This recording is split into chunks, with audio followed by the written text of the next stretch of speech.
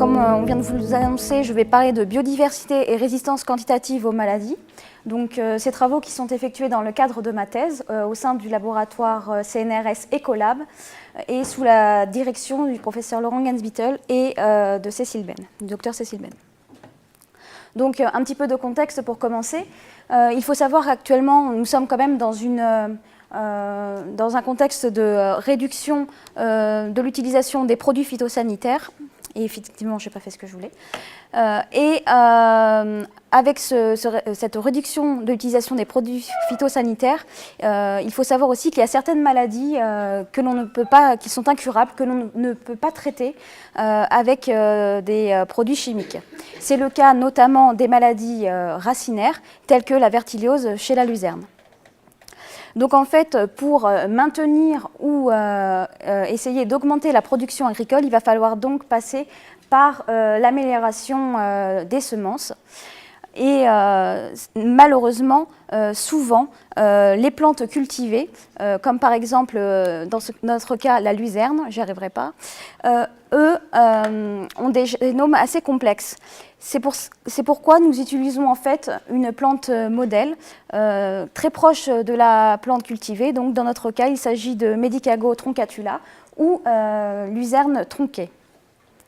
Et de plus, nous savons que les résultats que nous trouvons sur Medicago troncatula, la luzerne tronquée, nous pouvons les utiliser ensuite chez Medicago sativa.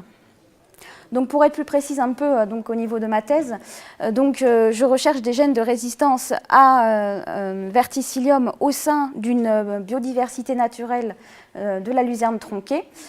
Et pour ce faire, avec nos collaborateurs, donc R2N et l'Association des créateurs de variétés fourragères, nous avons inoculé et ensuite observé le développement de la maladie de 246 lignées de luzerne tronquée différentes. Nous possédions les marqueurs génétiques de ces différentes lignées et en fait nous avons pu après associer statistiquement les marqueurs génétiques et les symptômes observés et cela nous a permis de trouver et d'identifier des gènes candidats à la résistance à la verticilliose. Donc actuellement, dans mes travaux de thèse, je suis en phase de validation du rôle des gènes dans la résistance à la verticilliose.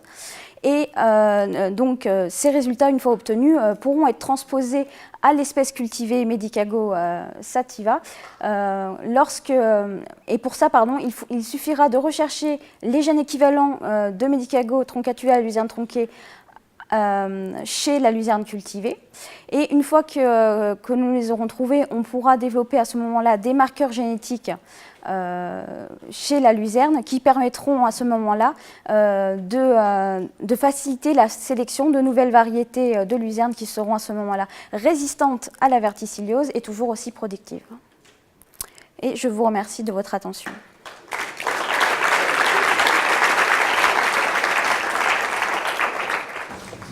Oui, merci Mélanie pour ta présentation. Tu as dit qu'il suffira. Alors ça a l'air très simple.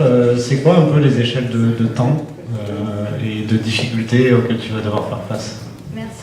Alors malheureusement, c'est pas moi qui ferai face, à moins que vous me trouviez des financements. Déjà, la complexité vient du fait que le génome...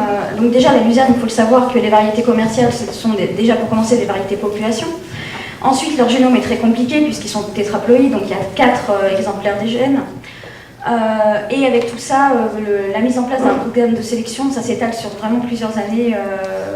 Une fois que j'aurai vraiment validé mes gènes, il faut au moins envisager un travail sur 7-8 ans, minimum, je pense.